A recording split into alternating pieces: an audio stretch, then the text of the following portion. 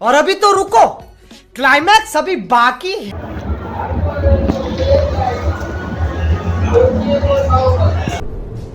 ये क्या है? A few moments later.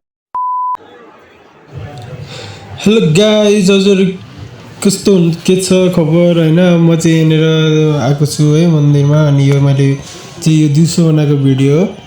अब यहाँ चाहिँ मान्छेहरू गइरहेको छ है। यो चाहिँ मैले बिहान लिएको फोटो हो।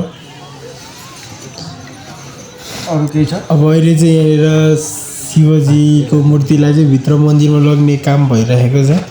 यता मेरो साइडमा देख्न सक्नुहुन्छ पहेँलो कपडा लामो बाबाजी हाँसिरहनु भएको छ, किनकि मान्छेको भिडले उहाँले खाना खान पाउनु भएको छैन। अब यो शिवजीको मूर्ति पनि लाने काम भइरहेको छ, भित्र आइसक्यो। अब यो चाहिँ मैले चाहिँ अलिकति साइडबाट खिचेको भिडियो। यो चाहिँ के को लागि भने पूजाको लागि लाइन लागेको, शिवरात्रिको लागि।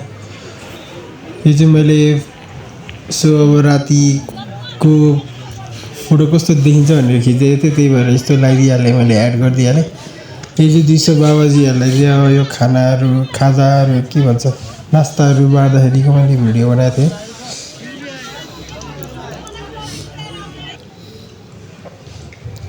मम्मी र ठुलो मम्मीको फोटो हो यो चाहिँ।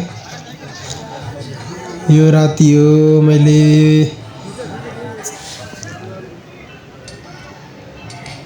देख्न सक्नुहुन्छ गाइजहरू।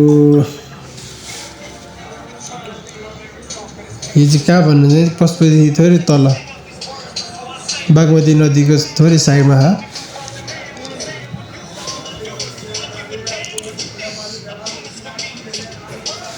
घाम डुब्न लाग्यो।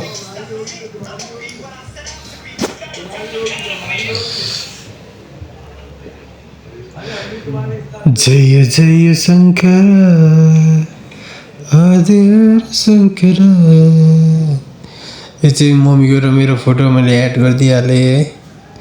यो चाहिँ अस्ति नै मैले मम्मीको खिचिदिएको थिएँ फोटो।